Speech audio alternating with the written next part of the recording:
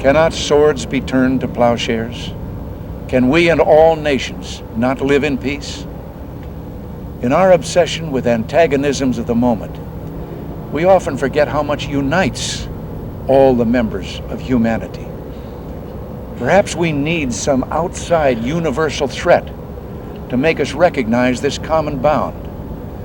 I occasionally think how quickly our differences worldwide would vanish if we were facing an alien threat from outside this world. And yet, I ask you, is not an alien force already among us? They're all over the trees. Don't you see the faces?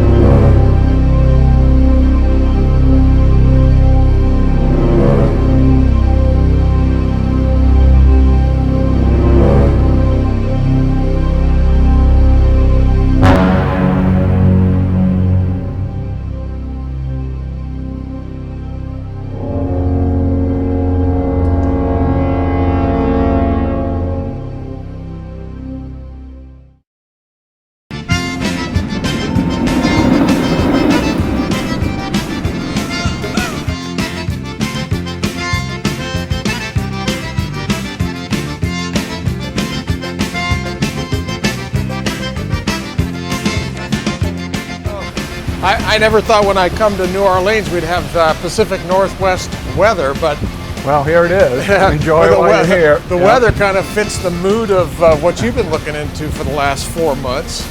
Yeah, I mean, if we're, that's the feel I'm getting, actually. Well, Steve, after about 4 months of hounding me, you finally got me to fly out to New Orleans. Yeah. I don't normally do stuff like that, but you got me here, and the weather kind of a little bit gloomy, a little bit doomy, and it kind of fits the topic of what you've allowed yourself to get into over these last, how long has it been since you've been doing some of this filming you've been doing? It's been probably between 4 and 6 months. 4 and 6 months. And it seems to be going in that direction. You caught some amazing stuff that caught my attention, and so I had to come and investigate it for myself and make sure that, I get so many letters and so many things come through my email that I most of the time I just pass it off. Tell us a little bit about yourself, for starters. What have you been doing all these years in New Orleans? Well, born and raised here, 52 years old at this point, and spent the last 20, 30 years doing electronics work for a company involved with oil and gas, seismic, marine exploration.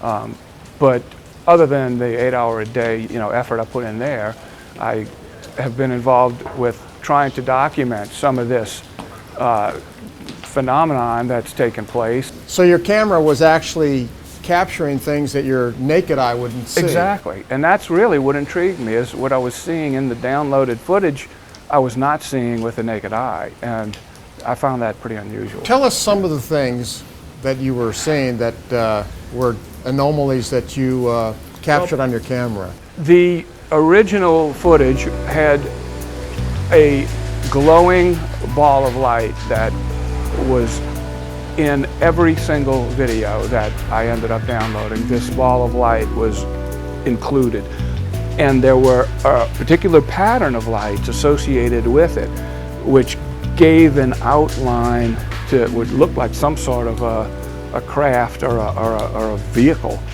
Once I saw that, I became intrigued because I realized something was there. And after a couple of weeks, I noticed a shipyard area that had a lot of activity as far as strange lights, and some of these craft that I considered, UFOs at the time, were always heading in that direction or involved in that area. So as I focused in on that area, I started to see the anomalies that I ended up catching. Steve, one of the still shots you sent to me, I could actually see a crane with lights on it, and it looked like to me this kind of a craft. It was translucent, you could see through it. Ken, it's hard to explain. It's not just black and white. It just doesn't jump out at you. It's almost some kind of the way I put it, it's some kind of an interdimensional transference of one reality that seems to be bleeding into another, because you can pick up these shapes and these figures that are associated with these particular lights that you're speaking of. When you say figures, are you talking about ships now or something I'm other? talking figures, characters. What do you mean? What do you mean characters? More related to animal type shapes or a humanoid type of a shape, a body figure or the physique of a humanoid type of a figure. And that intrigued me again. Once you'd see something like that, it wasn't just there, but if you looked close enough, you would see blending into the reality, you would see behind the scenes almost, see this anomaly, you know, coming in and out of focus, as if it was there, but wasn't in this realm. If you and I went out tonight, okay, now that's why I'm here, Right. and I picked up a camera, and I started filming, and I don't know what I'm looking at, you're telling me that my camera would begin to pick up some of these things that you've been filming for the last 4 or 5 months? I think, without a doubt, you would end up capturing the similar characters and anomalies that I'm picking up. It's not an effort. It's a matter of just filming what's there. And then when you download that and you actually take a little time and look at it closely and slowly and carefully, you'll start to pick up these subtle shapes and anomalies. And once you develop an eye for it, you'll see how easy it is to just, in this particular area, capture this activity. Okay, regardless. So that's what I want to do. I want to go out tonight and maybe the next night. Sure. Because I have a couple days to be here Sure. with you. And I want to film some of these things and see if what you're telling us is the truth. I'm game. I would love the company because Okay. I've been doing it on my own. Okay, so you got a deal. Sounds Go out great. tonight. and we'll do it. Great. Since we're in the French Quarter, the Yes, world we famous are. French Quarter, not far from Bourbon Street, let's go have some Cajun food. Let's do it, Ken. Today, we've come to Steve's house. He's graciously invited us in so that we can talk a little bit more intimately about some of the things he's discovered. You know, Steve, it's hard to get serious about this whole thing because it's so surreal. I mean, most people, when it comes to spiritual things like this, they kind of run. They don't want to think about it.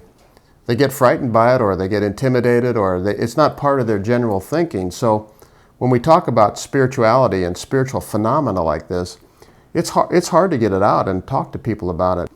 I'd like to talk about some of the things that you've filmed and get into some of the specifics so that we can get a more detailed understanding of what is actually happening here and this phenomena that you say, and what Google Earth is telling us, is worldwide. What is very difficult to understand by the human mind is how holographic images seem to be able to work. We can't seem to wrap our mind around the idea that something can change from one form to another in this physical realm. We're used to seeing stuff like that in the movies, but in actuality, that's another story. What you're about to see will be a demonstration of how that can take place in the natural realm. And I believe this is the one where you and I were filming up on the levee the night I came into town. Yep. And you were directing our vision to these lights. And as we were